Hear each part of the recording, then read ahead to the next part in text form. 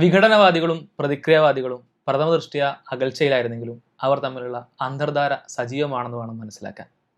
അപ്പോൾ നമ്മൾ എന്നുള്ളത് ഒരു താത്വികമായ അവലോകനത്തിലാണ്. എന്തുകൊണ്ട് LDF തോറ്റു?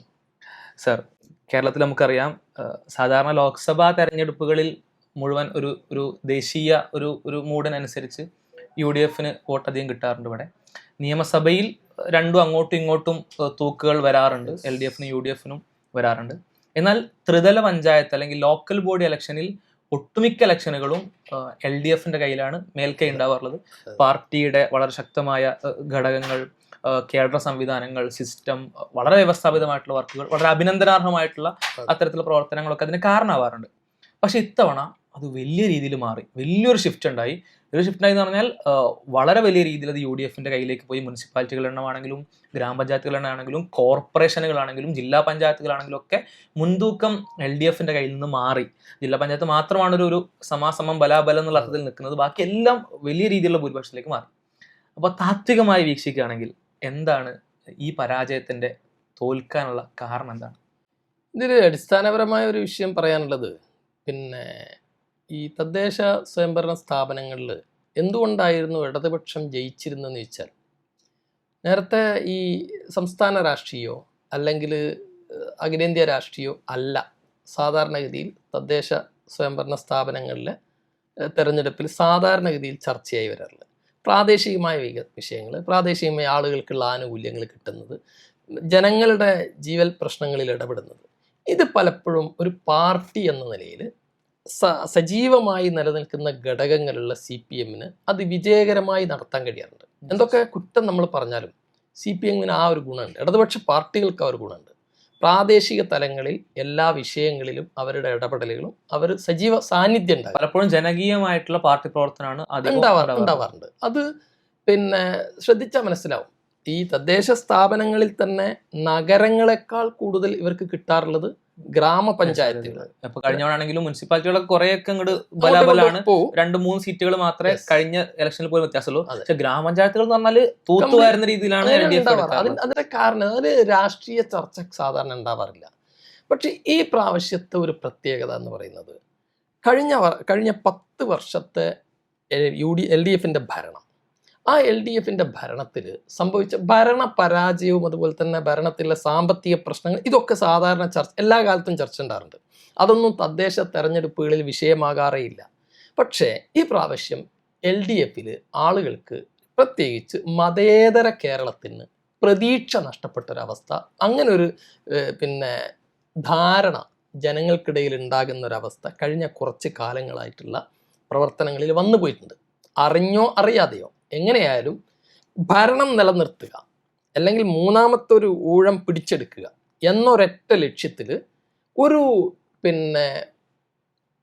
മതേതര പാർട്ടി അല്ലെങ്കിൽ കേരളത്തിലെ ഇന്ത്യയിലെ ജനത പ്രതീക്ഷ വെക്കുന്ന ഇടതുപക്ഷത്തിൻ്റെ ഭാഗത്ത് നിന്ന് ഉണ്ടാകാൻ പാടില്ലാത്ത രൂപത്തിലുള്ള ഒരു വർഗീയ കാർഡ് കളിക്കുന്ന രൂപം കേരളത്തിൽ മൊത്തം CPM അനുവർത്തിച്ചു. ഇത് എന്തായെന്ന് വെച്ചാൽ, പ്രാദേശിക ഘടകങ്ങളിൽ പോലും ജനകീയ അടിത്തറ ഉള്ള CPM പ്രാദേശിക ഘടകങ്ങളിൽ പോലും ആളുകൾ ഈ പാർട്ടിയെ വെറുക്കുന്ന അവസ്ഥയിലേക്ക് എത്തിയെന്ന് വേണം പറയാൻ. ഇത് മാത്രമല്ല, കമ്മ്യൂണിക്കേഷൻ്റെ ഒരു സാധ്യത കുറച്ചും കൂടി വർദ്ധിച്ച ഒരു പോസ്റ്റ് കോവിഡിന് ശേഷമുള്ള ആദ്യത്തെ ലോക്കൽ ബോഡി ഇലക്ഷൻ ആണ്. അതുകൂടെ നമ്മൾ വളരെ ഗൗരവമായിട്ട് മനസ്സിലാക്കണം. കാരണം കോവിഡിന് ശേഷം മനുഷ്യരുടെ ആശയവിനിമയത്തിനും അറിവ് സ്വീകരിക്കാനുള്ള അടിസ്ഥാന ബേസിക് വഴിയായിട്ട് സോഷ്യൽ മീഡിയ മാറിയിട്ടുണ്ട്. അതെ 2020 ഒരു ചെറുപ്പക്കാരൻ ഉപയോഗിക്കുന്ന മീഡിയ മാത്രമല്ല ഇന്ന് ഉപയോഗിക്കുന്നത്. 2020 വാട്സപ്പ് അല്ലെ ഫേസ്ബുക്ക് ഇത്രത്തോളം ഗ്രാമങ്ങളിൽ വ്യാപകമല്ല. ഇന്ന് അങ്ങനെയല്ല, എല്ലാവരുടെ കയ്യിലുണ്ട് എന്ന് മാത്രം, എല്ലാവരും ഇതിൽ സജീവമാണ്. അപ്പോൾ പൊതുവിഷയങ്ങളെ പറ്റിയുള്ള ധാരണ ഏറ്റവും അടിസ്ഥാന വർഗത്തിന് പോലും ലഭിക്കുന്ന അവസ്ഥയിലേക്ക് ഇത് മാറി. അപ്പൊ കേവലം ഇപ്പോൾ എൻ്റെ വാർഡിലെ പ്രശ്നങ്ങൾ, എൻ്റെ ഗ്രാമപഞ്ചായത്തിലെ പ്രശ്നങ്ങൾ എന്നതിനപ്പുറം കേരളത്തിലെ പ്രശ്നങ്ങളെ പറ്റി ഓരോ വോട്ടർക്കും അറിയാം, അല്ലെങ്കിൽ കേരളത്തിന്റെ അവസ്ഥയെ പറ്റി ഓരോ വോട്ടർക്കും അറിയാം. അപ്പൊ ഈ ഒരു പൊതു വിഷയങ്ങൾ കാര്യമായി തെരഞ്ഞെടുപ്പിന്റെ വിഷയമായിട്ട് മാറുന്ന പോസ്റ്റ് കോവിഡ് തെരഞ്ഞെടുപ്പിന് ആദ്യ തെരഞ്ഞെടുപ്പാണ് ഇത്. മാത്രമല്ല, പോസ്റ്റ് കോവിഡിന് ശേഷം 2 തെരഞ്ഞെടുപ്പ് നടന്നിട്ടുള്ളൂ. ഒന്ന് ലോക്സഭയായിരുന്നു, അതിൽ UDF തൂത്തുവാരി, ഒരു സീറ്റ് NDAക്കും കിട്ടി, ഒരു സീറ്റ് LDF കിട്ടി. രണ്ടാമത്തെ തെരഞ്ഞെടുപ്പ് ഇതാണ്, ഇതിലും UDF തൂത്തുവാരി, NDAക്ക് ചെറിയ നേട്ടമുണ്ടായി, LDF പോയി. അഥവാ അതിനുശേഷം സംഭവിക്കുന്ന ഓരോ തെരഞ്ഞെടുപ്പിലും LDF ഇങ്ങനെ വളരെ ഇതിൽ മനസ്സിലാക്കുന്നത് താൽക്കാലികമായ ഗിമ്മിക്കുകൾ കൊണ്ട് ഇനി കേരളത്തിൽ പിടിച്ചു നിൽക്കാൻ കഴിയുന്ന ഒരു രാഷ്ട്രീയ പാർട്ടിയും പ്രതീക്ഷിക്കരുത്.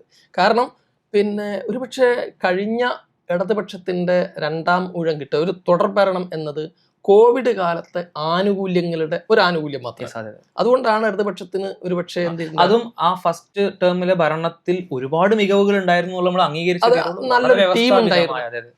പക്ഷേ ഇന്നത് അങ്ങനെയല്ല.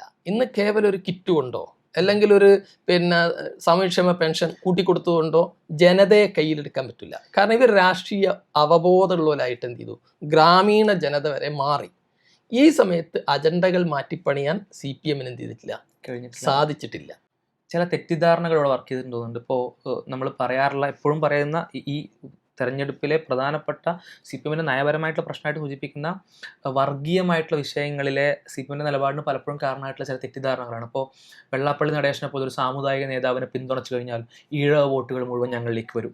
അയാൾ പറയുന്ന എന്ത് വർഗീയ അജണ്ടകളാണെങ്കിലും അത് പിന്തുണച്ചാൽ അയാൾ എന്തൊക്കെ മുസ്ലിം വിരുദ്ധം എന്നൊക്കെ പറഞ്ഞാൽ അറ്റ് ഇറ്റ് സ്പീക്ക്. മലപ്പുറം ജില്ലയെ അത്ര മോശമായിട്ട് അവതരിപ്പിച്ചു, മുസ്ലിങ്ങളെയും ക്രൈസ്തവരെയും വളരെ മോശമായിട്ട് അവതരിപ്പിച്ചു. നൗഷാദ് പോലെയുള്ള ഒരു എന്താ പറയുക സമൂഹത്തിന് വേണ്ടി ഷഹീദായിട്ടുള്ള ഒരു മനുഷ്യനെ അത്രയും മോശമായിട്ട് 2015 അവതരിപ്പിച്ചു. നിരന്തരം വർഗീയത പറഞ്ഞൊരു മനുഷ്യനെ മുഖ്യമന്ത്രിയുടെ കാറിൽ കൊണ്ടുവരിക, അതേപോലെ തന്നെ വേദിയിൽ ഇരുത്തിക്കൊണ്ട് അനുമോദിക്കുക. അയാൾ ഇപ്പോഴും പിന്നെ നവോത്ഥാന സമിതിയുടെ ചെയർമാനാണ്. കേരള സർക്കാരിന്റെ അണ്ടറിലുള്ള നവോത്ഥാന സമിതിയുടെ ചെയർമാനാണ്. VN വാസവൻ പറഞ്ഞത് നിലപാടുകൾ ശക്തമായി പറയാൻ ധൈര്യമുള്ള ആൾ. അതിനർത്ഥം എന്താണ്? ഉപ്പര് അങ്ങനെ സത്യം വിളിച്ചു പറഞ്ഞുകൊണ്ടിരിക്കുക എന്നുള്ളതാണ്. ഉപ്പര് വിളിച്ചു പറയുന്ന സത്യം എന്താണ്? വർഗീയതയാണ്. അപ്പൊ ഇയാളെ ചേർത്ത് പിടിക്കും എന്തോ ഈഴവ വോട്ടുകൾ കിട്ടുമെന്നൊരു തെറ്റിദ്ധാരണ അവർക്കുണ്ടായി. എന്നാൽ അത് മുഴുവൻ പോയി. കൊല്ലം കോർപ്പറേഷൻ അഥവാ ഇയാളുടെ സമുദായത്തിന് സ്വാധീനമുണ്ടെന്ന് പറയപ്പെടുന്ന കൊല്ലം കോർപ്പറേഷൻ മുഴുവനായിട്ട് പോയി. അതിന് ഏറ്റവും ഈഴവ സമുദായത്തിന് ഏറ്റവും സ്വാധീനമുള്ള പ്രദേശമാണ് മലബാർ.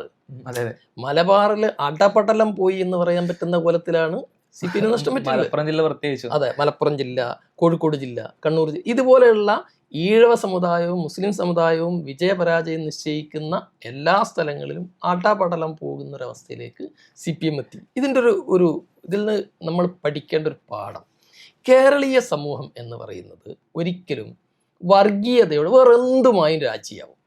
ആ രാജിയായതാണ് കൊറോണയ്ക്ക് ശേഷം രണ്ടാമത്തെ ടേം കിട്ടിയത്.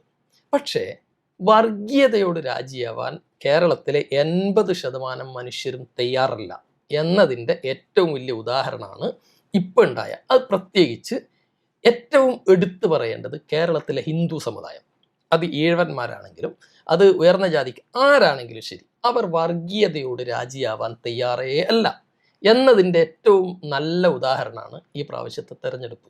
ഇവിടെ പിന്നെ CPM ചെയ്തിരുന്ന ഒരു തെറ്റിദ്ധാരണ മൂലം എന്തായാലും ഇവർ ചെയ്തിരുന്നൊരു അടവ് എന്ന് പറയുന്നത് മുസ്ലിം സമുദായത്തിനെ അകറ്റി നിർത്തിയാലും ഈഴവ സമുദായത്തെയും ക്രൈസ്തവ സമുദായത്തെയും കൂടെ നിർത്തിയിട്ട് ഒരു തുടർ ഭരണം കൂടി ഉണ്ടാക്കാം എന്നുള്ള അതിനു വേണ്ടിയാണ് വർഗീയ കാർഡ് പലപ്പോഴും ഇറക്കിയത്.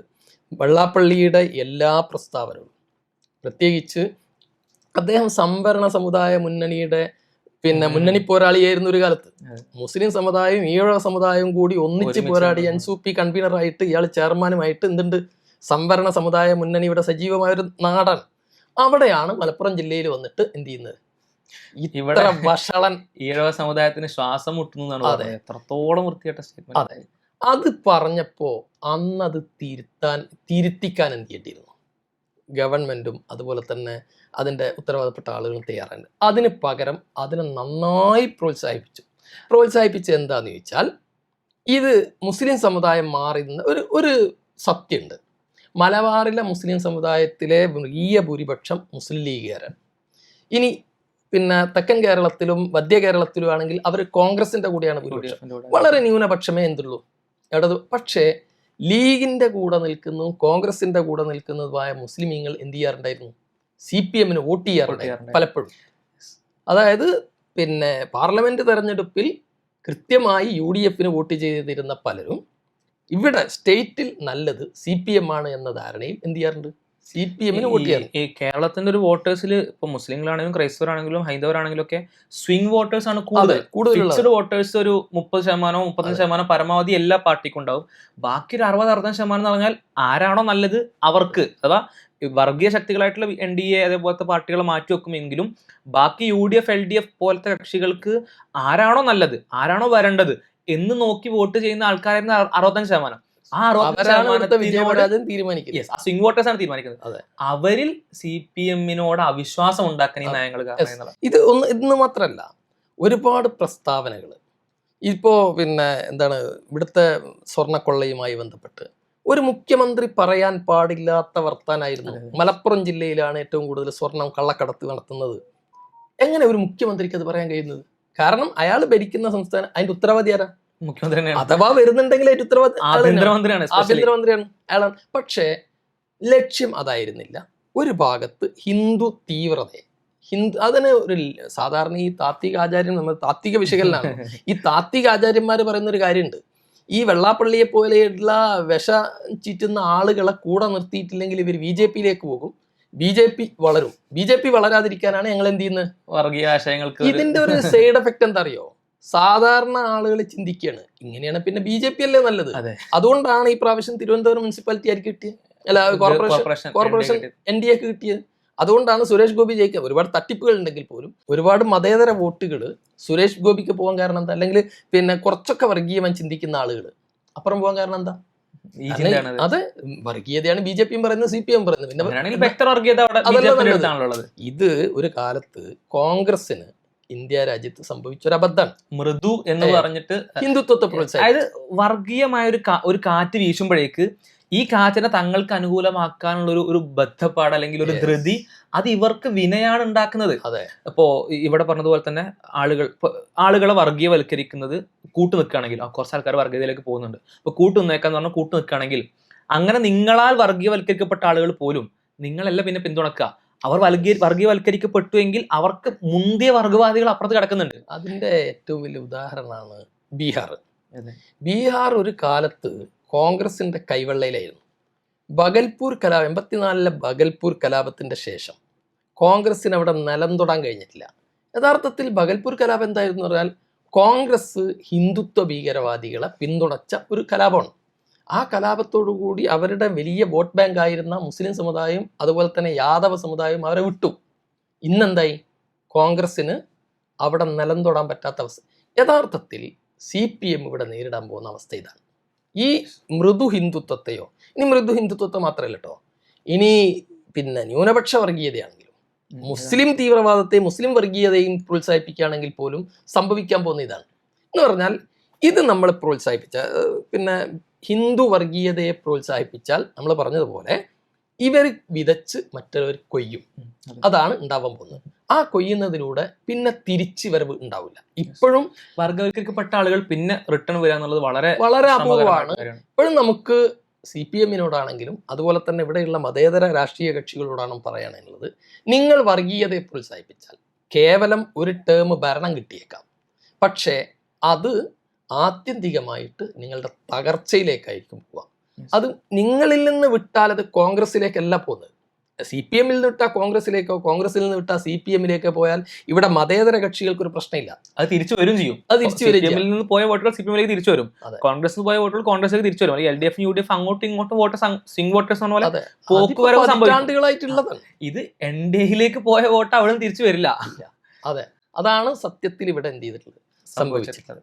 പിന്നെ രണ്ടാമത്തത്, ക്രിസ്ത്യൻ മുസ്ലിം ഈ വിഭാഗീയത ഉണ്ടാക്കാനുള്ള അതിശക്തമായ ശ്രമം CPM-ന്റെ ഭാഗത്തുണ്ടായി. അതിപ്പോ മുനമ്പം വിഷയം മാത്രം എടുക്കുക. മുനമ്പം വിഷയം ഗവൺമെന്റ് വിചാരിച്ചിരുന്നെങ്കിൽ വളരെ നിസ്സാരമായിട്ട് എളുപ്പം പരിഹരിക്കാൻ പറ്റുമായിരുന്നു. അതവിടെ പരിഹരിക്കാതെ എന്ത് ചെയ്തു, മാസങ്ങളോളം വർഷങ്ങളോളം അങ്ങനെ ഇട്ടു. ഇവിടെ കാസക്കും അതുപോലെ തന്നെ ഈ സംഘപരിവാർ ശക്തികൾക്കും കളിക്കാനുള്ളൊരു ഓപ്ഷനായിട്ട് ഇവിടെ കൊടുത്തു. ബോധപൂർവം കൊടുത്തു എന്ന് തന്നെ പറയാം. കാരണം ഗവൺമെന്റിന്റെ മുന്നിൽ എന്തുണ്ട്? സത്താർ കമ്മീഷൻ റിപ്പോർട്ടിന്റെ ആ VS അച്യുതാനന്ദ കാലത്തെ സത്താർ കമ്മീഷൻ റിപ്പോർട്ടിന്റെ അടിസ്ഥാനത്തിലാണല്ലോ ഈ വിഷയം ഉയർന്നു വരുന്നത്. എന്ന് പറഞ്ഞാൽ ഇവർ തന്നെ ഇറക്കി വിട്ടൊരു ഭൂതം. ആ ഭൂതത്തെ തിരിച്ച് കുപ്പിയിലാക്കാൻ ഇവർ ശ്രമിച്ചില്ല. അതെന്ത് ചെയ്തു? മധ്യ കേരളത്തിൽ നല്ല അതിശക്തമായ ഒരു വിഭാഗീയത ക്രിസ്ത്യാനികളും മുസ്ലിങ്ങളും തമ്മിൽ ഉണ്ടാക്കുന്നതിൽ വിജയിച്ചു. രണ്ടാമത്തേത്, നേരത്തെ പാലോളി കമ്മീഷൻ റിപ്പോർട്ടിന്റെ അടിസ്ഥാനത്തിൽ മുസ്ലിങ്ങൾക്ക് മാത്രമായിട്ടുണ്ടായിരുന്ന ന്യൂനപക്ഷ പരിശീലന കേന്ദ്രം, അതിൽ എന്ത് ചെയ്തു? ക്രിസ്ത്യാനികൾക്ക് കൂടി 80-20 എന്ന് പറഞ്ഞ് ഉണ്ടാക്കി. അത് പിന്നെ 50-50 ആക്കി. ഇതിന്റെ ഫലം എന്തായത്? ആർക്കും അതിന്റെ ഉപകാരം ഇല്ലാതായി എന്ന് മാത്രമല്ല, നല്ല ശക്തമായ ഒരു വിഭജനം ക്രിസ്ത്യാനികളും മുസ്ലിങ്ങളും തമ്മിൽ ഉണ്ടാക്കി. ഇവർ ഞങ്ങളുടെ അവകാശങ്ങൾ കവർന്നെടുക്കുന്നു ഒരു അനാവശ്യ ചിന്ത ഉണ്ടാക്കിയെടുത്തു. ഈ ചിന്ത ഉണ്ടാക്കിയെടുക്കുന്നതിന്റെ ലക്ഷ്യം എന്തായിരുന്നു? ഇവരുടെ വോട്ട് ഞങ്ങൾക്ക് കിട്ടും എന്നുള്ളത്. പക്ഷെ സംഭവിച്ചെന്താ? ഏറ്റവും കൂടുതൽ BJPക്കും സംഘപരിവാറിനും എതിരെ നിൽക്കേണ്ട ഒന്ന് മുസ്ലിങ്ങളാണ്, രണ്ടാമത്തെ ക്രൈസ്തവരാണ്. സംഭവിക്കുന്ന എന്താ? പലപ്പോഴും കാസ പോലെയുള്ള ക്രൈസ്തവ തീവ്രവാദികൾ എന്ത് ചെയ്യുന്നു? സംഘപരിവാരുമായിട്ട് അങ്ങോട്ടേക്ക് പോകാൻ ശ്രമിക്കുന്നു. ഇത് ഉണ്ടാക്കിയെടുത്തതാരാ? കേവലം തങ്ങളുടെ ഒരു താൽക്കാലികമായ ഒരു നേട്ടത്തിന് വേണ്ടിയിട്ട് ക്രിസ്ത്യൻ മുസ്ലിം വിഭജനം ഉണ്ടാക്കിയെടുത്തിട്ട് മധ്യ കേരളത്തിൽ ഞങ്ങൾക്ക് പിടിക്കാം. ലക്ഷ്യം ഇതായിരുന്നു. മലബാറിൽ ഈഴവ വോട്ട്, മധ്യ കേരളത്തിൽ ക്രൈസ്തവ വോട്ട്, ഇത് രണ്ടും ഒന്ന് കൂട്ടിയോജിപ്പിച്ചാൽ കാലാകാലം ഇവിടെ ഭരിക്കാം എന്നുള്ള ദിവാസ്വപ്നമാണ്, തെറ്റിദ്ധാരണ. അതായത് വർഗീയ വോട്ടുകൾ നിങ്ങൾക്ക് കിട്ടൂല, NDA കൊണ്ടുപോകും. അതെ. ഇനി മതേതര വോട്ടുകൾ നിങ്ങൾ അവിശ്വാസം ഉണ്ടായതുകൊണ്ട് അത് നിങ്ങൾക്ക് കിട്ടൂല, അത് മതേതര കക്ഷികളാണെന്ന് ഇവർക്ക് ഉറപ്പുള്ള ആളുകളും കൊണ്ടുപോകും. സ്വാഭാവികമായിട്ടും എന്താ പറയാ, ഉറപ്പുള്ള പാർട്ടി വോട്ടുകളിൽ മാത്രം, ആ പാർട്ടി വോട്ടുകളിലേക്ക് മാത്രം ചുരുങ്ങുകയാണ് ആക്ച്വലി ചെയ്യുന്നത്. മലപ്പുറം വ്യക്തമായ ഉദാഹരണമാണ്. മലപ്പുറം ജില്ലയെ പറ്റി അത്രയും മോശമായ പ്രസ്താവന നടത്തിയിട്ട് തിരുത്തിയില്ല, കേസെടുത്തില്ല. അതിന്റെ അവസാനം സംഭവിച്ച കോൺസിക്വൻസ് എന്താണ്? മലപ്പുറം ജില്ലാ പഞ്ചായത്തിൽ 33-ൽ 33 വാർഡുകളിലും ജയിച്ചത് പ്രതിപക്ഷ ഇല്ലാതെ 0 0 എന്ന് പറഞ്ഞാൽ ആലോചിക്കണം. കേരളത്തിൽ ഏറ്റവും കൂടുതൽ വോട്ടർമാരുള്ള, ഏറ്റവും കൂടുതൽ ജനസംഖ്യയുള്ള ഒരു ജില്ലയിൽ നിങ്ങളുടെ, അഥവാ ഇപ്പോൾ കേരളം ഭരിച്ചുകൊണ്ടിരിക്കുന്ന പാർട്ടിയുടെ സാന്നിധ്യം എന്ന് പറഞ്ഞാൽ 0 ജില്ലാ പഞ്ചായത്തിൽ. അതും 1-2 മന്ത്രിമാരുണ്ട് മലപ്പുറം ജില്ലയിൽ. എന്നിട്ട് പോലും ആലോചിക്കണം, അത്രയും താഴേക്ക് ജനങ്ങൾ നിങ്ങൾ അവിശ്വസിക്കുന്ന അവസ്ഥയിലേക്ക് പോയെങ്കിൽ, അവിടെ മറ്റേ ബ്ലോക്ക് പഞ്ചായത്താണെങ്കിലും ഗ്രാമപഞ്ചായത്താണെങ്കിലും ഒക്കെ വളരെ വളരെ വളരെ കുറവിലേക്ക് പോയി. അത്രമേ അവിശ്വാസത്തിലേക്ക് പോയെങ്കിൽ ഗൗരവകരമായി നിങ്ങളുടെ അജണ്ടകളിലെ പ്രശ്നങ്ങൾ ചിന്തിക്കേണ്ടത് അനിവാര്യമാണെന്നുള്ളത്. പിന്നെ ഇതിലുള്ളൊരു വിഷയം എന്താ അറിയോ? ഇവിടെ ഏറ്റവും കൂടുതൽ നമ്മൾ അഭിനന്ദിക്കേണ്ടത് ഒന്ന് ക്രൈസ്തവ സമുദായത്തെ ഈ പ്രാവശ്യം. കാരണം മധ്യ കേരളത്തിൽ കാസ ഇങ്ങനെയൊക്കെ കളിച്ചിട്ടും സംഘപരിവാർ എന്ത് ചെയ്തു? ഒരു ക്രിസ്ത്യൻ നാമധാരിയെ കേന്ദ്രമന്ത്രിയാക്കുക പോലും ചെയ്തു. ഇങ്ങനെയൊക്കെ ചെയ്തിട്ട് കയറി കളിക്കാമെന്ന് വിചാരിച്ചെടുത്ത് ക്രൈസ്തവ സമുദായം കൃത്യമായി തിരിച്ചറിഞ്ഞു. ആരാണ് ശത്രു, ആരാണ് മിത്രം എന്നുള്ളത് കൃത്യമായി തിരിച്ചറിഞ്ഞു. അതുകൊണ്ടാണ് മധ്യ കേരളത്തിലും NDAക്ക് നിലനിർത്താൻ കഴിഞ്ഞില്ല, CPMനും എന്ത് ചെയ്യാൻ കഴിഞ്ഞില്ല, പിടിച്ചു നിൽക്കാൻ കഴിഞ്ഞില്ല. കാരണം നിങ്ങൾ വർഗീയതയാണ് പ്രചരിപ്പിക്കുന്നത് എന്നുള്ളത് ക്രൈസ്തവ സമുദായം കൃത്യമായിട്ട് തരുന്നു. ഇവിടെയാണ് കേരളീയ സമൂഹത്തിൽ നമുക്കുള്ള പ്രതീക്ഷ എന്ന് പറഞ്ഞാൽ, വർഗീയതയോട് രാജിയാവാൻ കേരളീയ സമൂഹം ഒരിക്കലും തയ്യാറല്ല. ഇതിൽ മനസ്സിലാക്കേണ്ട വേറൊരു കാര്യം വെച്ചാൽ, നമ്മൾ സാമൂഹ്യ മാധ്യമങ്ങളിൽ കാണുന്നതല്ല ആക്ച്വൽ കേരളം എന്നുള്ളതാണ്. സാമൂഹ്യ മാധ്യമങ്ങളിൽ കുറേ ക്രൈസ്തവ ഐഡികൾ മുസ്ലിം വിരുദ്ധത പ്രചരിപ്പിക്കുന്നു, കുറേ മുസ്ലിം ഐഡികൾ ക്രൈസ്തവരെയും ഹൈന്ദവരെയും ഇടയുള്ള വർഗീയത പ്രചരിപ്പിക്കുന്നു, കുറേ ഹൈന്ദവ ഐഡികൾ ക്രൈസ്തവർക്കും മുസ്ലിങ്ങൾക്കെതിരെ വർഗീയത പ്രചരിപ്പിക്കുന്നു. ആകപ്പാടെ വർഗീയ മയം നമുക്ക് കമന്റുകളിൽ കാണാൻ കഴിയും, പോസ്റ്റുകളിൽ കാണാൻ കഴിയും. ഈ പ്രചരണങ്ങൾ എത്തുന്നുണ്ട്. അപ്പോൾ ഈ ജനങ്ങൾ മൊത്തം വർഗീയവൽക്കരിക്കപ്പെട്ടോന്നും ഈ ഫീഡുകൾ നോക്കുമ്പോൾ തെറ്റിദ്ധരിക്കും, അല്ലെങ്കിൽ നമുക്ക് ആ ചിന്ത ഉണ്ടാവും. പക്ഷെ ആക്ച്വലി ഒരു വോട്ടെടുപ്പിലേക്കോ നാട്ടിലെ ഒരു പൊതുവിഷയങ്ങളിലേക്ക് വരുമ്പോൾ ജനങ്ങൾ അങ്ങനെയല്ല. അതിനർത്ഥം ഈ സാമൂഹ്യ മാധ്യമങ്ങളിൽ കാണുന്നത് കേരളത്തിന്റെ 1-2 റാഡിക്കൽ ടീമിന് മാത്രമാണ്. ബാക്കി 98% വരുന്ന കേരളത്തിന്റെ പഴയ ഇപ്പോൾ നിലനിൽക്കുന്ന പ്രബുദ്ധ മതേതര മനസ്സുള്ള മനുഷ്യരാണ് ഇപ്പോഴും നാട്ടിലുള്ളത് എന്നുള്ളതാണ്. അപ്പോൾ സാമൂഹ്യ മാധ്യമങ്ങളെയും കമന്റുകളെയും നോക്കി, അതേപോലെ തന്നെ ഇത്രയും വർഗീയ പ്രചാരണങ്ങൾ നടന്നിട്ടും സർക്കാർ പോലും ആ വർഗീയ പ്രചാരണങ്ങൾ കണ്ണടച്ച് നിന്നിട്ടും ഈ വർഗീയ പ്രചാരണങ്ങൾ കൊണ്ട് ജനങ്ങളുടെ മനസ്സ് മാറിയിട്ടില്ല നമുക്ക് കാണാൻ കഴിയുന്നുവെങ്കിൽ, കേരളത്തിന്റെ ആ ഒരു സമൂഹത്തിലുള്ള പ്രതീക്ഷ അത് പെട്ടെന്നൊന്നും അതിനെ വർഗീയവൽക്കരിക്കാൻ പറ്റൂല എന്നുള്ളൊരു ബോധ്യം നമുക്ക് ലഭിക്കുന്നുള്ളത്. ഇതിൽ വേറൊന്നും എന്താ, നമ്മുടെ ഈ ചർച്ചയിൽ നമ്മുടെ പ്രധാനപ്പെട്ട ലക്ഷ്യം CPMനെ വിമർശിക്കുക എന്നതല്ല. അതിനപ്പുറത്ത് അപകടകരമായ ഒരു പ്രസ്താവന കഴിഞ്ഞ ദിവസം BJPയുടെ സംസ്ഥാന പ്രസിഡന്റ് നടത്തിയിരുന്നു. എന്ന് പറഞ്ഞാൽ CPMന്റെ കാലം കഴിഞ്ഞു, ഇനി കോൺഗ്രസ് വരും, കുറച്ച് കഴിയുമ്പോൾ കോൺഗ്രസും തീരും, പിന്നെ ആരാണ്? സംഘപരിവാർ. ഇതൊരു വസ്തുതയാണ്. ഇവിടെ പല സംസ്ഥാനങ്ങളിലും കോൺഗ്രസ് പോയെടുത്ത് ബീഹാർ, യു പി ഇതുപോലെയുള്ള സംസ്ഥാനങ്ങളിൽ കോൺഗ്രസ് പോയെടുത്ത് വന്നിരുന്ന നേർക്ക് നേരെ BJP ആയിരുന്നില്ല. അവിടെ ജനതാ പരിവാർ വന്നു. അടുത്ത തവണ എന്ത് ചെയ്തു? BJP വന്നു. ഇതേ അവസ്ഥയാണ് കേരളത്തിൽ ഉണ്ടാവാൻ പോകുന്നത്. നിതീഷ് കുമാറിനെ പതുക്കെ ഇങ്ങനെ സൈഡാക്കിയിട്ട് ഇങ്ങനെ വരാൻ നോക്കുന്നുണ്ട്. അതല്ല, ഇത്രയും സീറ്റ് എന്ന് പറഞ്ഞാൽ ബീഹാർ പോലെയുള്ള സോഷ്യലിസ്റ്റുകൾ മാത്രമുള്ള ഒരു സംസ്ഥാനത്ത് BJP ഒന്നാം കക്ഷിയായി എന്ന് പറഞ്ഞാൽ ഇന്ത്യയുടെ നില വളരെ അപകടത്തിലാണ്. ഇതേ അപകടമാണ് കേരളത്തിൽ CPM-ന്റെ ഈ കളി കൊണ്ട് വരാൻ പോകുന്നത്. എന്ന് പറഞ്ഞാൽ CPM ഇവിടെ നശിച്ചാൽ ഇവിടെ വളരാൻ പോകുന്നത് സംഘപരിവാരാണ്. അതായത് ഭരണപക്ഷത്തും പ്രതിപക്ഷത്തും കേരളത്തിൽ എന്നും മതേതര കക്ഷികൾ ഉണ്ടാവൽ അനിവാര്യമാണ്. ഇതിൽ പ്രതിപക്ഷത്തേക്ക് പോലും വർഗീയ കക്ഷികളായിട്ടുള്ള ഒരു ടീം വരികയാണെങ്കിൽ അത് കേരളത്തിന്റെ ഭാവിയെ നശിപ്പിച്ചു തന്നെ, അല്ലെങ്കിൽ പിന്നീട് അങ്ങോട്ടുള്ള ഒരു അവസ്ഥയിൽ നമുക്ക് ഒരുപാട് അപ്പുറത്തേക്ക് മാത്രം പ്രതീക്ഷ വെക്കാൻ പറ്റുന്ന ഒരു അവസ്ഥയിലേക്ക് കേരളം മാറും എന്നതിൽ ഒരു സംശയമില്ല എന്നുള്ളത്. പറഞ്ഞാൽ സംഘപരിവാറിന്റെ കയ്യിലേക്ക് കേരളത്തെ ഇട്ടുകൊടുക്കുകയാണ് ഈ വർഗീയ കാർഡ് കൊണ്ട് യഥാർത്ഥത്തിൽ സംഭവിക്കുന്നത്. ഈ വർഗീയ കാർഡിൽ ഇപ്പോൾ വെള്ളാപ്പള്ളിന്റെ വിഷയം പറഞ്ഞതുപോലെ തന്നെ ഇതല്ലാത്തപ്പോ ഈ ADGP അജിത് കുമാറിന്റെ വിഷയം നമുക്കറിയാം. ദത്താത്രേയ വത്സവല്ല എന്ന് പറയുന്ന RSSന്റെ സർക്കാര്യവാഹിനെ പോയി സന്ദർശിച്ചു എന്നുള്ളത് DGPയുടെ റിപ്പോർട്ട് പ്രകാരം തെളിഞ്ഞതാണ്. തൃശ്ശൂർ പൂരം കലക്കൽ പോലെ, അതേപോലെ തന്നെ മലപ്പുറം ജില്ലയിലും മുസ്ലിം നാമധാരികളിലുമായിട്ടുള്ള ആളുകളിൽ കേസുകൾ കൂടുതൽ എടുക്കുന്നത് പോലെ ഒരുപാട് വിഷയങ്ങളിൽ വർഗീയമായ അജണ്ടകളോടെ പോസ്റ്റിലേക്ക് അയാൾ പറ്റില്ല എന്നത് അത്രയും ഉറപ്പാണ്. 100% ഉറപ്പായിടത്താണ് സർക്കാർ എന്ത് ചെയ്യുന്നത്, ഇയാൾക്ക് പ്രൊമോഷൻ കൊടുക്കണം. മാത്രമല്ല അത് പുറത്തു വരുന്ന റിപ്പോർട്ട് എന്താ, CPI എതിർത്തിട്ട് പോലും മുഖ്യമന്ത്രി മുൻകൈ എടുത്തിട്ട് എന്ത് ചെയ്യുന്നു, ഇത് ചെയ്യുന്നു, ഇയാളെ ADGP ആക്കാൻ വേണ്ടി ശ്രമിക്കുന്നു. എന്ന് പറഞ്ഞാൽ അത്രയേറെ അപകടത്തിലേക്ക് പോകുന്നു എന്നാണ് ഇതിന്റെ അർത്ഥം. ഇത് ആളുകളിൽ ഇത് പ്രത്യക്ഷമായിട്ടുള്ള വിഷയമാണ്. ഇപ്പോൾ ഇത് DGPയുടെ റിപ്പോർട്ട് കൂടി വരുമ്പോൾ ഇത് ഔദ്യോഗികമായിട്ട് തെളിഞ്ഞ വിഷയമാണ്. ആ വിഷയങ്ങളിൽ ആളുകളിൽ പൂർണ്ണമായ അവിശ്വാസം ഉണ്ടാവുകയാണ്. ഇത് ഒരാൾ വർഗീയമാണ്, അല്ലെങ്കിൽ ആ വ്യക്തിയുടെ പ്രവർത്തനങ്ങൾ വർഗീയമാണ്, എന്നിട്ടും അയാളെ സർക്കാർ അല്ലെങ്കിൽ ഭരണ കക്ഷിയിലെ ഏറ്റവും പ്രധാനപ്പെട്ട പാർട്ടി ഏറ്റെടുക്കും എന്ന് പറയുമ്പോൾ പിന്നെ ജനങ്ങൾ പിന്നെ എങ്ങനെയാണ് ചിന്തിക്കേണ്ടത്? അതേപോലെ തന്നെ നിങ്ങളുടെ പ്രസ്താവനകളിൽ പലതും ഇപ്പോൾ കേരളത്തിന് മുഴുവൻ വ്യക്തമായിട്ട് അറിയുന്ന മതേതര പാർട്ടിയായ ലീഗിനെ വർഗീയവൽക്കരിക്കാനുള്ള ഒന്നിലധികം ശ്രമങ്ങൾ പ്രസ്താവനകളിലൂടെ നമുക്ക് നടത്തിയത് കാണാൻ കഴിയും. അതേപോലെ തന്നെ ജമാഅത്തുമായിട്ട് നമുക്ക് ഒരുപാട് അഭിപ്രായ വ്യത്യാസങ്ങളുണ്ട്. പക്ഷെ ജമാഅത്ത് ഒരു വർഗീയ പാർട്ടിയാണോ എന്ന് വെച്ചാൽ അത്തരത്തിലായിരിക്കുമല്ലോ സ്വാഭാവികമായിട്ടും അവരെ പറ്റി അറിയുന്ന ആളുകൾക്ക് ആർക്കും മനസ്സിലാക്കാൻ കഴിയുന്നു. വർഗീയത വേറെ, ആശയപരമായ വ്യത്യാസങ്ങൾ. ജമാഅത്തെ ഇസ്ലാമി വർഗീയ പാർട്ടി ആയത് എപ്പോഴാണ്? CPM-നോട് 2019 തെറ്റിയതിനു ശേഷം 1987 മുതൽ 1987 ജമാഅത്തെ ഇസ്ലാമി വോട്ട് ചെയ്യാൻ തുടങ്ങിയത്. അന്ന് മുതൽ 2020 വരെ 19-20 വരെ, അതെ, അതുവരെ ഇടതുപക്ഷത്തിനാണ് മൂല്യം നോക്കിയിട്ടും അല്ലാതെയും ഒക്കെ വോട്ട് ചെയ്ത്. അന്നൊക്കെ ജമാഅത്തെ ഇസ്ലാമി പരിശുദ്ധ പശുവായിരുന്നു. അതെ. ഇപ്പൊ 2020 ശേഷം എന്ത് ചെയ്തു?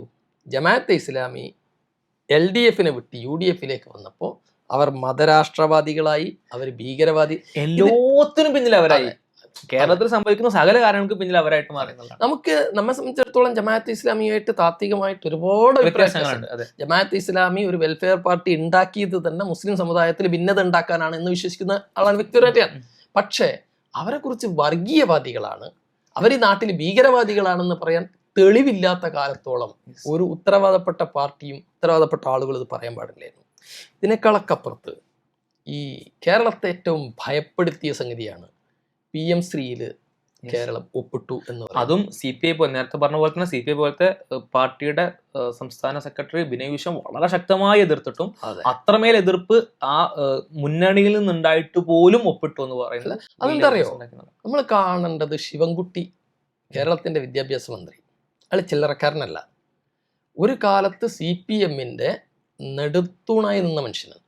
ആളുകൾക്കിടെ നെഞ്ചി വിരിച്ച് മതേതരത്വത്തിന് വേണ്ടി നിന്ന ആള് മന്ത്രിസഭയിൽ ചർച്ച ചെയ്യാതെ, നിയമസഭയിൽ ചർച്ച ചെയ്യാതെ, പാർട്ടിയിൽ പോലും പൂർണ്ണമായും ചർച്ച ചെയ്യാതെ മുഖ്യമന്ത്രിയും വിദ്യാഭ്യാസ മന്ത്രിയുമായി കൂടിയിട്ട് എന്ത് ചെയ്യുന്നു, PM ശ്രീയിൽ ഒപ്പിടുന്നു. ഇതിൻ്റെ ഒരു വലിയ പ്രശ്നം എന്താ അറിയുമോ, കേന്ദ്രത്തിൻ്റെ നാഷണൽ എഡ്യൂക്കേഷൻ പോളിസിയെ ഏറ്റവും ശക്തമായിട്ട് എതിർത്തത്, അക്കാഡമിക് തലത്തിൽ എതിർത്തത് ഇടതുപക്ഷം. മറ്റുള്ളവരൊക്കെ എതിർക്കുമ്പോൾ കർണാടകയിൽ ഈ എതിർപ്പ് ഇത്ര ശക്തമായിട്ടുണ്ടായിട്ടില്ല. അതുപോലെ തന്നെ മറ്റ് സംസ്ഥാനങ്ങളിലൊന്നും ഇത്ര ശക്തമായ എതിർപ്പുണ്ടായിട്ടില്ല. പക്ഷേ കേരളത്തിലാണ് അതിനൊരു ബദൽ സംവിധാനം, FIUGP എന്ന് പറയുന്ന ഒരു ബദൽ സംവിധാനം വരെ എന്ത് ചെയ്തു, കേരളത്തിൽ ഉണ്ടാക്കിയെടുത്തു. എന്നിട്ടാണ് ഒപ്പിട്ട് കൊടുത്തത്, അതും സ്വകാര്യമായിട്ട്. CPI പോലെ ഒരു രാഷ്ട്രീയ പാർട്ടി നിങ്ങൾ ആലോചിച്ച് നോക്കൂ, CPI എതിർത്തില്ലായിരുന്നെങ്കിൽ ഇന്ന് എന്ത് ചെയ്യായിരുന്നു? അത് ഇപ്പോഴും മുന്നോട്ട് പോകുമായിരുന്നു. മുന്നോട്ട് പോകും. ഇപ്പോഴും PMC പൂർണ്ണമായിട്ട് പിന്നിലേക്ക് വരാൻ കഴിഞ്ഞിട്ടില്ല. കോടതിയിൽ കേസായിട്ട് നേരത്തെ പറഞ്ഞതുപോലെ തുടങ്ങി വെച്ചാൽ ഒടുങ്ങാൻ കഴിയാത്തൊരു സാധനമാണ് അത്.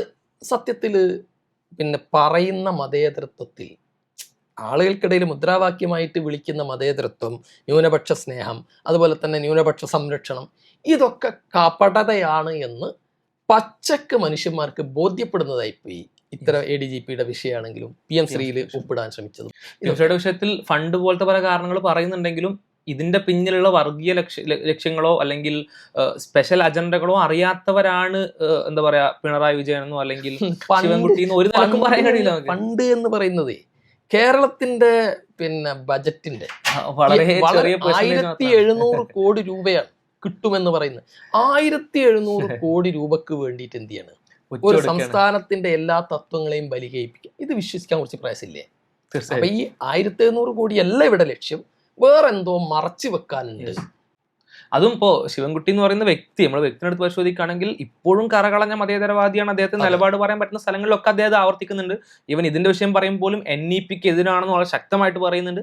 പക്ഷെ ഇവിടെ എന്തോ സ്പെഷ്യൽ ആയിട്ടൊരു മാറ്റം, സ്വകാര്യത, ബാക്കി ആരോടും ചർച്ച ചെയ്യാതെ പ്രവർത്തിക്കുന്നു എന്ന് പറയുമ്പോൾ സംതിങ് ഫിഷി അവിടെ എന്തോ ഉണ്ട്, എന്തോ മറച്ചു വെക്കുന്നുണ്ട് എന്നുള്ളത് കോമൺ സെൻസ് ഉള്ള ബുദ്ധിയുള്ള ആർക്കും ചിന്തിച്ചാൽ മനസ്സിലാവുന്ന കാര്യമാണ്. ചുരുക്കത്തില് മതേതര കേരളത്തിൽ ഇവര് സംശയത്തിന്റെ നേലിലാണ് പലതും. ഒരുപാട് കാര്യങ്ങൾ കഴിഞ്ഞ ഒരു 1-2 വർഷമായിട്ട് പിന്നെ ഭരണകൂടത്തിൻ്റെ ഭാഗത്തു നിന്നുണ്ടാകുന്ന പല നടപടികളും അറിഞ്ഞോ അറിയാതെയോ മതേതര കക്ഷികൾക്ക് സംശയിക്കാൻ പറ്റുന്ന ഒരു അവസ്ഥയിലാണ് CPM നിലവിലുള്ളത്. ഇത് തിരുത്തിയില്ല എങ്കിൽ ഉണ്ടാകാൻ പോകുന്നത് ഒരിക്കലും പ്രതീക്ഷിക്കേണ്ട ഇന്ത്യയിലെ ഹൈന്ദവ വർഗീയവാദികൾ CPMനെ കൂട്ടിപ്പിടിക്കുമെന്ന് ഒരിക്കലും വിചാരിക്കേണ്ട. അത് മുസ്ലിം വർഗീയവാദികൾ ഇവരെ കൂട്ടിപ്പിടിക്കില്ല. നിങ്ങൾക്കുള്ള വോട്ട് എന്ന് പറയുന്ന സത്യത്തിൽ ഇവിടെയുള്ള മതേതരത്വത്തിൽ അടിയുറച്ച് വിശ്വസിക്കുന്ന ആളുകളാണ്. അവർ മതേതരത്വത്തിൽ നിങ്ങൾ എന്ന് വെള്ളം ചേർക്കുന്നു അന്ന് നിങ്ങളെ കൈവിടുന്നു. ആ കൈവിടുന്നതിന്റെ തുടക്കമാണ് ഈ തദ്ദേശ സ്വയംഭരണ ബംഗാളിൽ സംഭവിച്ചതുപോലത്തെ ഒരു ഇടിവിലേക്ക് സ്വാഭാവികമായിട്ട് പോകാനുള്ള സാധ്യത ഉണ്ട് എന്നുള്ളതാണ്. അപ്പൊ നമ്മൾ ഈ വർഗീയ കാരണങ്ങൾ പറയുന്നതിനൊപ്പം തന്നെ ഇത് മാത്രമല്ല ഈ തെരഞ്ഞെടുപ്പിന്റെ ഫലം നിശ്ചയിച്ചിട്ടുള്ള നമുക്കറിയാം. അതിൽ പ്രധാനപ്പെട്ട മറ്റൊന്ന് ഞാൻ മനസ്സിലാക്കിയെടുത്തോളം ഒരു പൊതുവെ ഉള്ള ഒരു ഭരണവിരുദ്ധ വികാരമുണ്ട്. അത് സ്വാഭാവികമായും 10 വർഷം ഭരിക്കുന്ന ഒരു പാർട്ടി ഒരു മടുപ്പ് ഒരു മുഷിപ്പ്. അതിൽ മുഖ്യമന്ത്രിയാണ് പാർട്ടി, മുഖ്യമന്ത്രിയെ തിരുത്താൻ ആർക്കും കഴിയാത്തൊരവസ്ഥ. അതുപോലെ തന്നെ പോലീസ് എത്രത്തോളം അതിക്രമം ചെയ്താൽ പോലും പോലീസിനെ ന്യായീകരിക്കുന്ന ആഭ്യന്തരമന്ത്രി, അമിത ചെലവുകൾ, ഓവർ എസ്കോർട്ടുകൾ, ഇത്തരം കാര്യങ്ങൾക്കൊക്കെ ഇപ്പോൾ സാമൂഹ്യ മാധ്യമമായതുകൊണ്ട് ഒരുപാട് മൈലേജ് കിട്ടുമല്ലോ. പിന്നെ മുഖ്യമന്ത്രിക്കെതിരെ പ്രതിഷേധിക്കാൻ വരുന്ന ആളുകളോടുള്ള അതിക്രമങ്ങൾ, ഒരു ധാർഷ്ട്യം നമുക്ക് പെട്ടെന്ന് മനസ്സിലാക്കാൻ പറ്റുന്ന ഒരുപാട് കാര്യങ്ങൾ. കാരണം എന്നൊരു ഉദാഹരണം പറഞ്ഞുതരാം. ഈ സർക്കാർ ഉദ്യോഗസ്ഥന്മാർ ആരും എന്ത് ചെയ്യില്ല, ഈ പ്രാവശ്യം CPMന് വോട്ട് ചെയ്യില്ല. കാരണം എന്തറിയോ? പെൻഷൻ പറ്റിയ ആളുകളുടെ പെൻഷൻ ആനുകൂല്യങ്ങൾ പിടിച്ചു വെച്ചിരിക്കുക. പല വിധത്തിലും അധ്യാപകർക്ക് അതുപോലെ തന്നെ സർക്കാർ ഉദ്യോഗസ്ഥന്മാർക്ക് കിട്ടേണ്ട ആനുകൂല്യങ്ങളൊക്കെ പിടിച്ചു വെച്ചിരിക്കും. എന്താ പറഞ്ഞ കേരളത്തിന്റെ സാമ്പത്തിക സ്ഥിതി. ഇതിന്റെ ഇടയിലാണ് മുഖ്യമന്ത്രിക്ക് കാറ് വാങ്ങാൻ 1 കോടി ഉറുപ്പിയിലേറെ എന്ത് ചെയ്യുന്നത് മാറ്റിവെക്കുന്നത്. ഇത് പഴയ പോലെ ഇത് പെട്ടെന്ന് ന്യൂസ് ആളുകളിലേക്ക് എത്തും. ഇത് പോസ്റ്റ് കോവിഡ് കാലാണ്. വളരെ പെട്ടെന്ന് ഈ വിഷയം പുറത്തേക്ക് എത്തും, അടിസ്ഥാന ജനങ്ങളിലേക്ക് പോലും എത്തുന്നുള്ളതാണ്. അതെ, അതെന്താ പറഞ്ഞാൽ സാധാരണക്കാർ ഇത് അറിയുന്ന ആളുകൾക്ക് ഇവരെ വിശ്വസിക്കാൻ കഴിയാത്തൊരവസ്ഥ വന്നു. പിന്നെ എന്താ പറഞ്ഞാൽ നാനാർ കേരളത്തിന്റെ മുഖ്യമന്ത്രിയായിട്ട് ഈവൻ അച്യുതാനന്ദനോട് നമുക്ക് ഒരുപാട് അഭിപ്രായ വ്യത്യാസമുണ്ട്. ഒരു പക്ഷേ പിണറായി വിജയനോടുള്ളതിനേക്കാളുണ്ട്. അല്ല, അതിന് കാരണം എന്താ വെച്ചാൽ കേരളത്തില് അല്ലെങ്കിൽ ഇന്ത്യയിൽ നിന്ന് ചർച്ച ചെയ്യുന്ന മിക്കവാറും വർഗീയ പരാമർശങ്ങളൊക്കെ തുടക്കമിട്ട് VS അച്യുതാനന്ദന് ലവ് ജിഹാദാണ്. കേരളത്തില് മുസ്ലിങ്ങൾ 2050 കേരളത്തിലെ മുസ്ലിങ്ങൾ 50%-ലേറെ ആവുമെന്ന് പറഞ്ഞത് ഇയാളാണ്. മലപ്പുറത്തെ മുസ്ലിം കുട്ടികൾ കോപ്പി അടിച്ചിട്ടാണ് ജയിക്കുന്നത് പറഞ്ഞ ഇയാളാണ്. ഇങ്ങനെയൊക്കെ പറഞ്ഞ് വർഗീയത എന്ന് പറഞ്ഞാൽ ഒരു ജീവിതത്തിന്റെ ഭാഗമാക്കി കൊണ്ടുവരുന്ന ഒരു കമ്മ്യൂണിസ്റ്റുകാരനാണ് അച്യുതാനന്ദൻ. അതുകൊണ്ട് തന്നെ അദ്ദേഹത്തോട് നമുക്ക് ശക്തമായ അഭിപ്രായം. അതുപോലെയല്ല നമ്മൾ പിണറായി വിജയനെ കണ്ടിരുന്നത്. പക്ഷേ അച്യുതാനന്ദന്റെ തിരുത്തൽ ശക്തിയായി പാർട്ടിയുടെ മുന്നിലുണ്ടായിരുന്ന മതേതരത്തിന്റെ വിഷയത്തിലൊന്നും പിണറായി വിജയൻ ഒരു അഡ്ജസ്റ്റ്മെന്റേ നടത്തുന്ന നമുക്ക് തോന്നാത്ത വിധം വളർന്ന നേതാവാണ്. എന്ന് പറഞ്ഞാൽ അത്രയേറെ ശക്തമായിട്ട് RSSുമായിട്ട് അല്ലെങ്കിൽ സംഘപരിവാരമായിട്ട് അതിശക്തമായി പൊരുതിയിട്ടാണ് എന്ത് ചെയ്യുന്നത്, തീയിൽ മുളച്ച ആളാണ് പിണറായി വിജയൻ. അച്യുതാനന്ദനെതിരെ പോലും പൊരുതിയിട്ടാണ്. അച്യുതാനന്ദനോടുള്ള എതിർപ്പും പലപ്പോഴും ഇത് തന്നെയായിരുന്നല്ലോ. പക്ഷെ എന്നിട്ട് നാനാറിരുന്ന കസേലിരിക്കുന്ന എന്ന് പറഞ്ഞാൽ കറകളഞ്ഞ മതേതരവാദിയും ഒരു വിധത്തിൽ നമുക്ക് അഭിപ്രായ വ്യത്യാസം പറയാൻ പറ്റാത്ത പിന്നെ അച്യുതമേനോനോ നായനാരോ ഇരുന്ന കസേരയിൽ ഇരുന്നിട്ട് ഇപ്പം ഉണ്ടാവുന്ന പറഞ്ഞാൽ ഒരു രാജാവിൻ്റെ അവസ്ഥയിലേക്ക് പോകുന്നു. ഞാൻ പറയുന്നത് ധാർഷ്ട്യത്തില്ല എന്നൊരു ധാർഷ്ട്യത്തിന്റെ നിലപാടിലേക്ക് പോകുന്നത് അത്യന്തം അപകടമാണ്. അതിനെ തിരുത്താൻ ഇവിടെ പാർട്ടിയും ഇല്ല എന്നുള്ളതാണ്. എന്നും CPM-ന്റെ ഒരു ഗുണം എന്ന് പറഞ്ഞാൽ ആ ഭരണാധികാരി എത്രത്തോളം അപകടത്തിലേക്ക് പോയാലും വളരെ വ്യക്തമായി പ്രതിപക്ഷത്തെ പോലെ വിമർശിച്ച് തിരുത്താൻ ശക്തമായൊരു പാർട്ടി അപ്പുറത്തുണ്ടായിരുന്നു.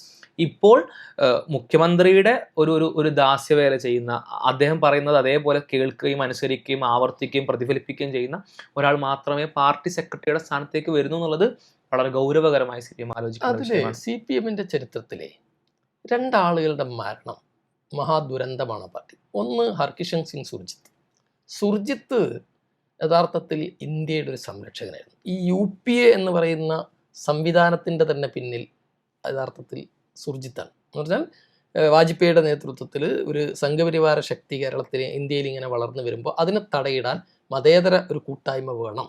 ആ ഹർകിഷൻ സുർജിത്തിൻ്റെ ശ്രമഫലമാണ് ഒന്നാമത്തെ UPA ഗവൺമെൻറ് ആണെങ്കിലും നേരത്തെ ഉണ്ടായ മതേതര കൂട്ടായ്മയാണ്. അദ്ദേഹത്തിൻ്റെ മരണത്തോടുകൂടി അങ്ങനെ അതിശക്തമായിട്ട് മതേതര ബദലുണ്ടാക്കാൻ എല്ലാവരുമായും കമ്മ്യൂണിക്കേറ്റ് ചെയ്യാൻ പറ്റുന്ന ഒരു നേതാവ് CPM-ൽ പിന്നെ ഇല്ലാതെ പോയി. കേരളത്തെ സംബന്ധിച്ചിടത്തോളം കോടിയേരി ബാലകൃഷ്ണൻ.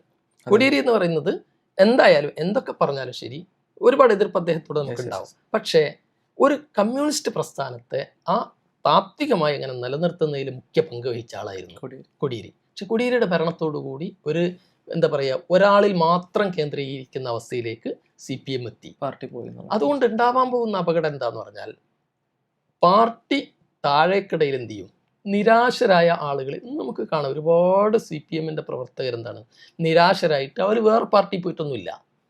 ഇന്ന് SFIയുടെ ഒരു ജാഥക്ക് വിളിച്ചാൽ അല്ലെ DYFIന്റെ ഒരു ജാഥക്ക് വിളിച്ചാൽ ആളില്ലാതിരിക്കാൻ കാരണം നാട്ടിൽ യുവാക്കളില്ലായിട്ടോ കമ്മ്യൂണിസ്റ്റ് യുവാക്കളില്ലാഞ്ഞിട്ടോ അല്ല, പലരും നിരാശരാണ്. അവരെന്ത് ചെയ്യുന്നു, അവരുടേതായ തലങ്ങളിലേക്ക് മാത്രം. അത് പോളിംഗ് പെർസെൻറ്റേജ് പോലും കാണാൻ കഴിയും നമുക്ക്. തിരുവനന്തപുരത്ത് പോളിംഗ് പെർസെൻറ്റേജ് കുറവാണ്. ഏറ്റവും കുറവ് തിരുവനന്തപുരത്തും പത്തനംതിട്ടയിലുമാണ്. രണ്ട് സ്ഥലത്തും വോട്ട് കുറഞ്ഞിട്ടുള്ളത് CPM-നുമാണ് അല്ലെങ്കിൽ LDF-നുമാണ്. മീൻസ് വോട്ട് ചെയ്യാൻ പോലും ഉള്ള മോട്ടിവേഷൻ നഷ്ടപ്പെട്ട അണികൾ പാർട്ടിയിൽ ഉണ്ടാകുന്ന ഒരു അവസ്ഥ. അരാഷ്ട്രീയവാദത്തിലേക്ക് ആളുകൾ പോവാണ് മടുത്തിട്ട്. അതിപ്പോ നേരത്തെ പറഞ്ഞ പോലെ തന്നെ ഈ ഒരു പോലീസ് സ്റ്റേഷനിൽ പോയാൽ പോലും ഉണ്ടാകുന്ന ഒരു സ്വാധീനക്കുറവ്, അതായത് തങ്ങളാണ് ഭരിക്കുന്നത് എന്നും തങ്ങളുടെ നാട്ടിലെ പോലീസ് സ്റ്റേഷനിൽ പോയാൽ പോലും ഒരു സഖാവിന് തോന്നാത്തൊരവസ്ഥ. അതായത് വേറെ ആരോ നിയന്ത്രിക്കുന്ന വേറെ എന്തോ ഒരു സംവിധാനത്തിന്റെ കീഴിൽ ഒരു അടിയാനായി കഴിയുന്ന ഒരു അവസ്ഥ തോന്നുമ്പോൾ സ്വാഭാവികമായിട്ടും ഒരു ഇടതുപക്ഷ പാർട്ടിയുടെ രീതിയിൽ വളർന്നു ഒരാൾക്ക് സ്വാഭാവികമായിട്ടും അത് തുടരാൻ, അതേ ഒരു ആർജവത്തിൽ പാർട്ടി പ്രവർത്തനം തുടരാനുള്ള ഒരു പ്രയാസം സ്വാഭാവികമായിട്ടും നമുക്ക് കാണാം. അതിനെന്തറിയോ, തെറ്റാണെങ്കിൽ പോലും മുമ്പൊക്കെ ഇടതുപക്ഷം ഭരിക്കുന്ന കാലത്ത് CPM-ന്റെ ആളുകൾക്ക് പോലീസ് സ്റ്റേഷനിൽ ഒരു സ്വാധീനം ഉണ്ടായി. ഇന്ന് CPM-നോ കോൺഗ്രസിനോ ഇല്ല, അതിനേക്കാൾ സ്വാധീനം ആർക്കുണ്ട്? BJP-കാർക്ക് സ്റ്റേഷനിൽ വത്സലൻ തില്ലങ്കേരി വിളിച്ചു പറഞ്ഞാൽ കാര്യങ്ങൾ നടക്കുന്ന അവസ്ഥയിലേക്ക് കേരളത്തിൽ ആഭ്യന്തരം മാറി. അത് സ്വാഭാവികമായിട്ടും പുറത്ത് പറഞ്ഞിട്ടില്ല എങ്കിൽ പോലും താഴേക്കിടയിൽ ബ്രാഞ്ച് കമ്മിറ്റികളിൽ പ്രവർത്തിക്കുന്ന സഖാക്കൾ ചെയ്യും, അസ്വാരസ്യവും നിരാശയുണ്ടാക്കും. ആ നിരാശ സ്വാഭാവികമായിട്ടും പ്രതികരണമായിട്ട് മാറും. അത് ഏറ്റവും കുറഞ്ഞത് വോട്ട് ചെയ്യാതെങ്കിലും ഒരു പക്ഷെ വോട്ട് മറിച്ച് ചെയ്യില്ലായിരിക്കും, പക്ഷെ വോട്ട് ചെയ്യാത്ത അവസ്ഥ വരും. അതേപോലെ തന്നെ പ്രധാനപ്പെട്ട വിഷയമാണ് ശബരിമലയിലെ സ്വർണവുമായിട്ട് ബന്ധപ്പെട്ട വിഷയവും. വലിയ രീതിയിൽ ഒരു ഭക്ത ജനങ്ങളെ ആ കമ്മ്യൂണിറ്റിനെ ഇപ്പോഴത്തെ ട്രെൻഡിങ് ആയ ഒരു പാട്ടൊക്കെ ഉണ്ടായിരുന്നല്ലോ, ഒരുപാട് ആളുകളിലേക്ക് പാട്ട് എന്ന് പറഞ്ഞാൽ CPM-ന് അല്ലെ കമ്മ്യൂണിസ്റ്റ് പ്രസ്ഥാനങ്ങൾക്ക് നേരത്തെ ഉണ്ടായിരുന്ന ഒരു ജീവിതത്തിന്റെ ഇതിന്റെ ആത്യന്തികമായ വശതാണ്. കമ്മ്യൂണിസ്റ്റ് പ്രവർത്തകർ, കമ്മ്യൂണിസ്റ്റുകാർക്ക് നേരത്തെ ഉണ്ടായിരുന്ന ജീവിതത്തെക്കുറിച്ചുള്ളൊരു ലളിത വീക്ഷണവും അതുപോലെ തന്നെ ഒരു സൂക്ഷ്മതയും അത് എല്ലാ തലത്തിലും നഷ്ടപ്പെട്ടു. ആ നഷ്ടപ്പെട്ടപ്പോൾ എന്ത് ചെയ്തു, എങ്ങനെയാണോ കിട്ടുന്നത് എവിടെ നിന്നാണോ അത് ശേഖരിക്കുന്ന ഫണ്ടിൽ പോലും അത്തരത്തിൽ വലിയ തട്ടിപ്പുകൾ ആരോപിക്കപ്പെടും. അത് ശരിയോ തെറ്റോ നമുക്കറിയില്ല. ഇപ്പൊ ഈ ശബരിമലയിൽ തന്നെ തെളിയിക്കപ്പെടണം, അന്വേഷണത്തിലൂടെ തെളിയിക്കപ്പെടണം. പക്ഷേ ജനങ്ങളിൽ അവിശ്വാസം ഉണ്ടായിരുന്ന ഒരു കമ്മ്യൂണിസ്റ്റുകാരൻ ഭരിക്കുന്ന സമയത്ത് അത് ഉണ്ടാകാൻ പാടില്ലായിരുന്നു. ഒരു പക്ഷേ ഇത് ഇത്ര ചർച്ചയാവില്ല UDF ഭരിക്കുന്ന സമയത്താണെങ്കിൽ. കാരണം കുറെയൊക്കെ അങ്ങനെയൊക്കെ പ്രതീക്ഷിക്കാറുണ്ട്, എക്സ്പെക്ട് ചെയ്യുന്ന ആളുകൾ. അതെ, എന്നാലൊരു കമ്മ്യൂണിസ്റ്റുകാരൻ ഇത് പ്രതീക്ഷിച്ചിട്ടേ ഇല്ല കേരളീയ ജനത. പറഞ്ഞാൽ അമ്പലത്തിൽ പോകുന്നില്ല, പള്ളിയിൽ പോകുന്നില്ല, മത താല്പര്യമില്ല, എന്നാൽ പോലും അവരാരാണ്, സത്യസന്ധന്മാരാണ് എന്നുള്ള ഒരു ധാരണ കേരളീയ സമൂഹം. ആ ധാരണ പാടെ ഇല്ലാതായി പോകുന്ന അവസ്ഥയിലേക്ക് കഴിഞ്ഞ കുറേ അഴിമതി ആരോപണങ്ങൾ ഇത് ഒരു പക്ഷേ മുഖ്യമന്ത്രിയുടെ മകൾക്കെതിരെയുള്ള ആരോപണം പോലും ഇപ്പോഴും അത് വളരെ സസ്പീഷ്യസ്. ആൾക്കാർക്ക് ഇതെന്താ തെളിയിക്കാത്തതെന്ന് പോലും ആൾക്കാർ സ്വാഭാവിക യുക്തിയിൽ ചോദിച്ചു പോകുന്ന രീതിയിൽ ഏകദേശമൊക്കെ ആൾക്കാർക്ക് ഒരു ഉറപ്പുള്ള രീതിയിൽ എന്ത് ചെയ്യുന്നു ആ വിഷയം അങ്ങനെ കിടക്കുന്നു. ഇനി ഇതിനേക്കാൾ അപ്പുറത്ത് ഈ തെരഞ്ഞെടുപ്പിന്റെ അവലോകനത്തിലെ ഒന്ന് ശ്രദ്ധിക്കാനുള്ളത് തിരുവനന്തപുരത്തെ ഒരു മാറ്റമാണ്. തിരുവനന്തപുരത്ത് NDA കോർപ്പറേഷൻ കേരളത്തിൽ ആദ്യമായിട്ടൊരു കോർപ്പറേഷൻ കിട്ടി. ഗ്രാമപഞ്ചായത്തുകൾ 19-26 വലിയ മാറ്റം, വലിയ ഉയർച്ച. ഇതിവിടെ സംഭവിച്ചെന്താ പറഞ്ഞാല് തിരുവനന്തപുരത്ത് ഹൈന്ദവ സമൂഹം മുഴുവൻ വർഗീയവൽക്കരിക്കപ്പെട്ടുകൊണ്ടല്ല, മറിച്ച് നിരാശ, ഒരു ഭാഗത്ത് ഭരണകൂടത്തിന്റെ ഇത്തരം ചെയ്തികളിലുള്ള നിരാശ, രണ്ടാമത്തേത് ഒരു ഭാഗത്ത് വർഗീയ കാർഡുകൾ പലരും CPM ഇറക്കിയിട്ടുണ്ട്, UDFന്റെ ആളുകളും പലപ്പോഴും ഇറക്കിയിട്ടുണ്ട്. ഈ വർഗീയ കാർഡുകൾ ഇറക്കിയപ്പോൾ സാധാരണക്കാരായ ആളുകൾ ചിന്തിച്ചു, എങ്കിൽ പിന്നെ മറ്റൊരെല്ലാം നല്ല കുറച്ചുകൂടി കേന്ദ്രത്തിന്റെ ഫണ്ടുകൾ വരും. തിരുവനന്തപുരത്തിന്റെ ആസ്ഥാന MP ആയിട്ടുള്ള ശശി തരൂരൊക്കെ വളരെ മൃദു നിലപാടിലേക്ക് പോയി. ഇപ്പൊ ലാസ്റ്റ് പോലും BJP അവിടെ ജയിച്ചതിന് അനുമോദിച്ചുകൊണ്ട് അയാൾ എന്തേ പോകാത്തെന്നുള്ള അവസ്ഥയിലേക്ക് എത്തിയിട്ടുണ്ട്. ശശി തരൂരിനെ സംബന്ധിച്ചിടത്തോളം അയാൾ അനുമോദിച്ച് പോസ്റ്റ് ഇട്ടിരുന്നു ഫേസ്ബുക്കിൽ BJP-നെ. പറഞ്ഞാല് ഐക്യരാഷ്ട്രസഭയുടെ ഡെപ്യൂട്ടി സെക്രട്ടറിയായി നേരെ ഇന്ത്യയിലേക്ക് വന്നു. പിറ്റേത്തെ ആ വന്ന കാലം തന്നെ MP ആയി, പിറ്റേത്തെ വർഷം തന്നെ മന്ത്രിയായി. ഫസ്റ്റ് അദ്ദേഹം വോട്ട് ചെയ്യുന്ന ഇന്ത്യയിലെ തെരഞ്ഞെടുപ്പിൽ അദ്ദേഹം MP ആയി, മന്ത്രിയായി. ഒരാൾക്ക് കിട്ടാവുന്നതിന്റെ മാക്സിമം പ്രിവിലേജ് കോൺഗ്രസിൽ നിന്ന് അയാൾ വാങ്ങി, അല്ലെ മതേതര ശക്തികളിൽ നിന്ന് അയാൾ വാങ്ങി. ഇനിയിപ്പോൾ കിട്ടാൻ സാധ്യത അപ്പുറത്താണ്. എന്ന് പറഞ്ഞാൽ ഇന്ത്യൻ രാഷ്ട്രീയത്തിന്റെ ശാപം എന്ന് പറയുന്നത് ഇത്തരത്തിലുള്ള നപുംസകങ്ങളാണ്. എന്ന് പറഞ്ഞാൽ ഒരു ആദർശത്തിൻ്റെ അടിസ്ഥാനത്തിലോ അല്ലെങ്കിൽ ഏതെങ്കിലും തരത്തിലുള്ള ഒരു തത്വത്തിൻ്റെ അടിസ്ഥാനത്തിലോ അല്ല, എവിടെ നിന്നാണോ സ്ഥാനം കിട്ടുക അവിടേക്ക്. രാഹുൽ ഗാന്ധി കൃത്യമായിട്ട് പറഞ്ഞല്ലോ, കോൺഗ്രസിലെ RSSകാരെ തിരിച്ചറിയുന്നത് ആ കൂട്ടത്തിൽ പെട്ടെന്നാണ് രാഹുൽ ഗാന്ധിയുടെ ഈ പിന്നെ ശശി തരൂരിന്റെ പ്രതികരണങ്ങൾ കാണുന്നു. ഇതിൽ നമ്മൾ പേടിയോടെ കാണേണ്ട ഒരു സംഗതി, മതേതര വോട്ടുകൾ ഭിന്നിപ്പിച്ചിട്ടാണ് എല്ലാ സ്ഥലത്തും സംഘപരിവാരം അധികാരത്തിലെത്തിയിട്ടുള്ളത്. ഒരിക്കലും UP-യിലെ മനുഷ്യരാരല്ല വർഗീയവാദികളല്ല, UP-യിലെ മഹാഭൂരിപക്ഷ ആളുകൾ വർഗീയവാദികളല്ല. പക്ഷെ അവരെ എന്ത് ചെയ്തു? മതേതര വോട്ടുകളെ, യാദവന്മാരെയും മുസ്ലിങ്ങളെയും ജാട്ടുകളെയും ഒക്കെ വിവിധ ചേരികളിലാക്കി നിർത്തി ഇവർ വിജയിച്ചു. ഇതേ സംഭവം തിരുവനന്തപുരത്ത് നടക്കുന്നു.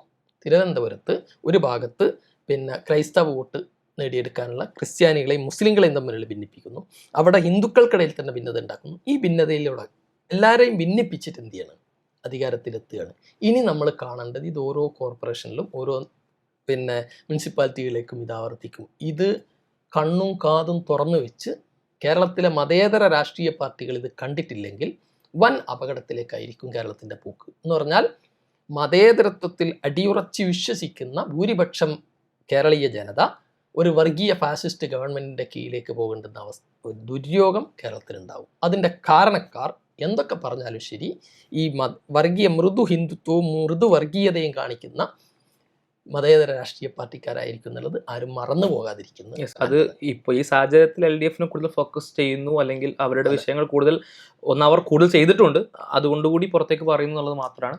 അപ്പുറത്ത് മറ്റേ ചേരിയിൽ തീരെ ഇല്ല എന്നൊരിക്കലും പറയുക വയ്യ. അപ്പോൾ അവസാനം സൂചിപ്പിച്ച ഉദാഹരണം പോലെ തന്നെ അനേകം ഉദാഹരണങ്ങൾ ഇതിനു മുമ്പ് ശേഷമൊക്കെ ആയിട്ട് നമ്മൾ കണ്ടതാണ്, കണ്ടുകൊണ്ടിരിക്കുന്നതാണ്.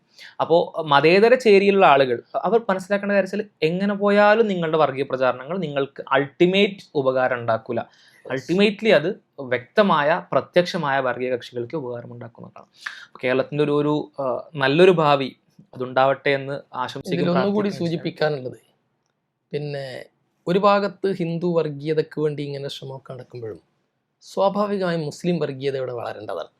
പക്ഷെ നമ്മൾ മനസ്സിലാക്കേണ്ടത് 1% പോലും വളർച്ച ഉണ്ടായില്ല എന്നുള്ളത്.